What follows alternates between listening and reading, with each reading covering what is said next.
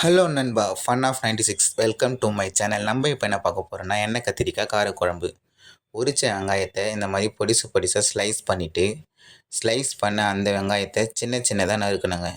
இந்த மாதிரி நறுக்கி எடுத்து வச்சுக்கிட்டு, அதுக்கப்புறம் தக்காளி நல்லா வாஷ் பண்ணிவிட்டு, அதுவும் சின்ன சின்னதாக ஸ்லைஸ் பண்ண தக்காளி இந்த மாதிரி பொடிசு பொடிசாக நறுக்கி அதுவும் உரமாக எடுத்து வச்சுக்கணும். அதுக்கப்புறம் கத்திரிக்காயோட காம்பை இந்த மாதிரி ரிமூவ் பண்ணிவிட்டு, கத்திரிக்காய் மேலே எண்ணெய் கத்திரிக்காய் பண்ணுறது இந்த மாதிரி ப்ளஸ் சிம்பிள் போட்டணும். ப்ளஸ் சிம்பிள் போட்டோடனே கடாயில் எண்ணெயை ஊற்றிட்டு, எண்ணெய் ஊற்றின உடனே இந்த மாதிரி லோ ஃப்ளேமில் வச்சு வதக்கணுன்னா ஒரு பொன்னிறமாக இந்தமாரி லைட்டாக ஒரு ப்ரௌனிஷாக வந்தோடனே எடுத்து வச்சுட்டு, திரும்பியும் கடாயில் எண்ணெய் ஊற்றி கடுகு போட்டு வெட்டி வச்ச வெங்காயத்தை கடாயில் போட்டு அழகாக இந்த பக்கம் அந்த பக்கம் ஒரு 4 திருப்பினோடனே பொன்னிறமாகிடும். பொன்னிறமான என்ன பண்ணணும், வெட்டி வச்ச தக்காளி பூண்டு இதெல்லாம் சேர்த்து போட்டு வானலில் நல்லா வதக்கணுங்க.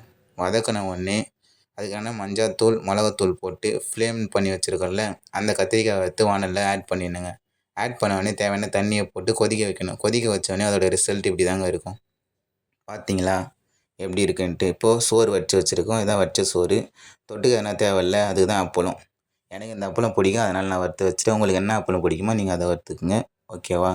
ஃபைனலி எண்ணெய் கத்திரிக்காய் குழம்பு ரெடி ஆகிடுச்சு. ரெடியான எண்ணெய் கத்திரிக்காய் குழம்பு தான் இது. நாங்களும் சாப்பிட போகிறோம், நீங்களும் சாப்பிடுங்க. Okay, tata bye bye. அடுத்த வீடியோவில் சந்திப்போம். அடுத்து என்ன பண்ணணும்னு சொல்லுங்கள். ஓகே, பாய்.